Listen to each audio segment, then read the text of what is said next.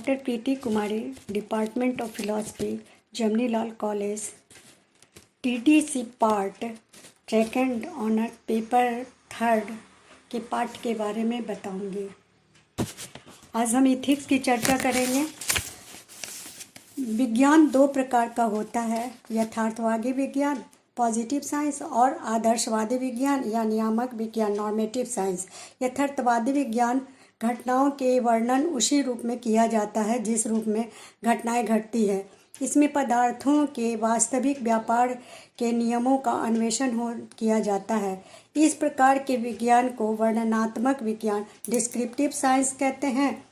आदर्शवादी या नियामक विज्ञान में पदार्थों को कैसा होना चाहिए इस दृष्टिकोण से अध्ययन करना पड़ता है।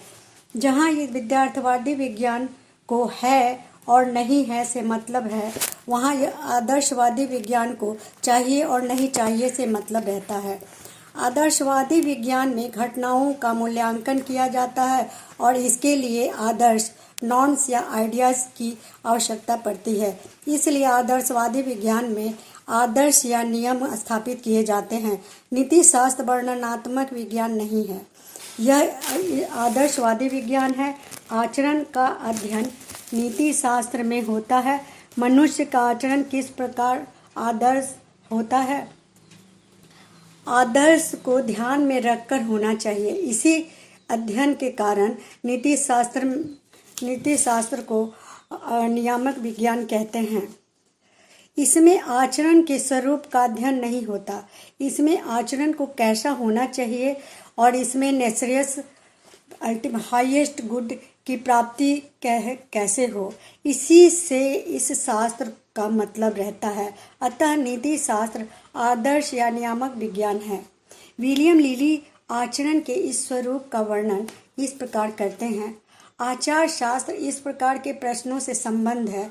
हमारे प्रतिदिन की बोलचाल में बहुधा जो शुभ अशुभ गुड राइट चाहिए जैसा शब्द आते हैं उसका वर्णन का अर्थ क्या है। जेम्स सेठ नीति शास्त्र को आदर्श विज्ञान मानते हुए कहते हैं कि शुभ विज्ञान को के रूप में यह आदर्श और चाहिए को अन्यतम विज्ञान कहते हैं। पुनः विलियम लिली ने कहते हैं, in the normative science of the ethics we study the standards by which we जज action to right and wrong, good and bad. अर्थात आदर्श विज्ञान के रूप में आचरण में उन आचरणों को हम माने जिसका अध्ययन करते हैं जिनमें कि हमारे कर्मों का सत और असत, शुभ और अशुभ का निर्णय देते हैं। मैकेंजी भी नीति विज्ञान को नियामक आदर्श विज्ञान मानते हैं। उनके अनुसार आचार शास्त्र का संबंध मानवीय प्रयोजनों और कर्मों का शास्त्र का संबंध है, जो सत्य के जो राइट और रॉन्ग से है। जेम्स सेठ के शब्दों में नीति शास्त्र प्राकृतिक विद्वानों अथवा तथ्यों के विज्ञानों के विपरीत एक आदर्शात्मक अथवा व्यवस्था संबंधी विज्ञान है, नियामक विज्ञान है। नीति शास्त्र और मनोविज्ञान, इन दोनों में का संबंध। नीति शास्त्र एक आदर्शवादी विज्ञान है। यह मानव के जीवन को नेचरियस हाईएस्ट गुड की विवेचना करता है। मनुष्य का कौन सा आचरण शुभ है और कौन सा आचरण अशुभ है, यह निर्णय करना नीति शास्त्र का ही काम है।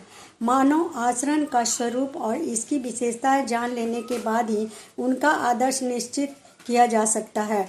आचरण के स्वरूप की विशेषताएं जान लेने के बाद ही हम उसकी विशेषताओं पे वर्णन कर सकते हैं।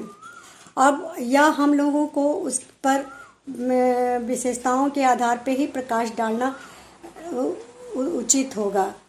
मनोविज्ञान का काम है आचरण का और मनोवैज्ञानिक विश्लेषण जाने बिना उसके आदर्शों का विवेचन का कोई अर्थ नहीं होता। इस प्रकार नीति शास्त्र मनोविज्ञान पर आधारित है। नीति शास्त्र परम कल्याण मानदंड को ही निर्धारित करता है, जिसके द्वारा मानवीय संकल्प एवं उसके कार्यों का निर्धारण किया जाता है। इसमें पूर्व यह जानना आवश्यक है कि हम संकल्प कैसे करते हैं। यह ज्ञान हमें मनोविज्ञान के द्वारा मिलता है। इसलिए नीति शास्त्र नैतिकता के मनोविज्ञान के आधार पर अध्ययन करता है। डॉक्टर JN सिन्हा के शब्दों में, संकल्प शक्ति के स्वरूप का सम्यक विश्लेषण उसकी क्रिया की परिवर्तनाएं स्प्रिंग्स ऑफ एक्शन है। कामना के प्रयोजन, मोटिव, अभिप्राय, सुख इत्यादि से संबंध, नैतिक और अनैतिक कार्यों का भेद, अंतःकरण अथवा नैतिक शक्ति का स्वरूप, बुद्धि और संकल्प का संबंध, इच्छा की स्वाधीनता और संकल्प का संबंध, इच्छा इत्यादि पे का मूल्यांकन करना रहता है तथा उसमें परम हित के स्वरूप के निर्णय के लिए नितांत आवश्यकता है कि हमें मनोविज्ञान की समस्याएं क्या है, इसके नीति शास्त्र का भी अध्ययन करना है।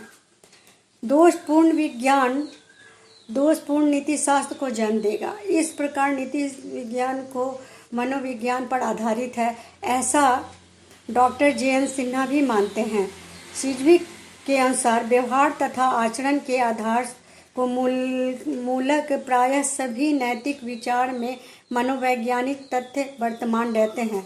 लगभग आचार शास्त्र के सभी स्कूल मानेंगे कि उनके अनुसंधान का चरम लक्ष्य मानव का जीवन मानविक पक्ष के संबंध में है। नीति शास्त्र मनोविज्ञान में घनिष्ठ संबंध रहने पर भी दोनों में कई अंतर पाए जाते हैं। पहला, मनोविज्ञान एक भावात्मक या आदर्शवादी विज्ञान है, किंतु नीति शास्त्र एक आदर्शवादी या नियामक विज्ञान है। मनोविज्ञान का नैतिक तथ्यों का अध्ययन केवल मानसिक तथ्यों के रूप में किया जाता है। नैतिक शास्त्र में उनके नैतिक स्वरूप का भी प्रकाश डाला जाता है।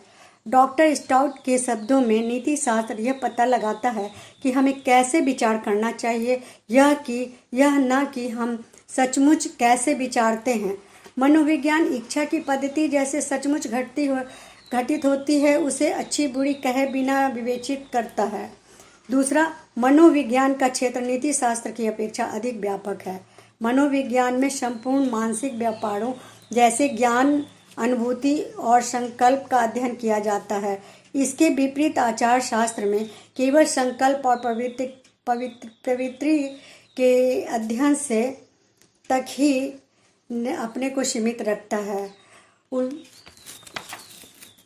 तीसरा, मनोविज्ञान का दृष्टिकोण वस्तुनिष्ठ है, किंतु आचार शास्त्र का दृष्टिकोण आत्मनिष्ठ है। मनोविज्ञान के मानसिक तत्वों का वस्तुओं की भांति आवश्यक किया जाता है, किंतु आचरण में हमें व्यक्तियों का आंतरिक मानसिक अवस्थाओं एवं व्यक्तिगत अनुभवों का मतलब रहता है। उपर्युक्त भेदों के रहने से दोनों शास्त्रों का भिन्नता की बात नहीं उठती। फिर भी हम कुछ सुखवादियों ने मनोविज्ञान को नीति शास्त्र का एकमात्र आधार बताया है। इन लोगों के अनुसार नीति शास्त्र मनोविज्ञान की एक शाखा मात्र है। इन लोगों का मत है कि मनुष्य सभी कार्य सुख की इच्छा से प्रेरित होते हैं, अतः सुख ही जीवन का सर्वोच्च आदर्श है। जिस कार्य से सुख की वृद्धि और दुख की कमी हो वही कार्य नैतिक एवं शुभ है। सुखवादियों का उपर्युक्त मत दोषपूर्ण है। केवल मनोविज्ञान के आधार पर मानव नैतिक आचरण का मानदंड निश्चित करना उचित नहीं जान पड़ता। नीति शास्त्र में मुख्य बात यह नहीं है कि व्यक्ति किस वस्तु की कामना करता है, बल्कि मुख्य बात यह है कि उसे किस वस्तु की कामना करनी चाहिए और नहीं चाहिए के भेद को भूल कर एक ही भ्रामक विचार प्रस्तुत करते हैं। वे नीति शास्त्र के विशिष्ट आदर्शवादी लक्षण को भूल जाते हैं, अतः नीति शास्त्र को मनोवैज्ञानिक की एक शाखा कहना अनुचित है। इस तरह ये लोग नीति शास्त्र के बारे में जो हम अच्छे बुरे सभी कारणों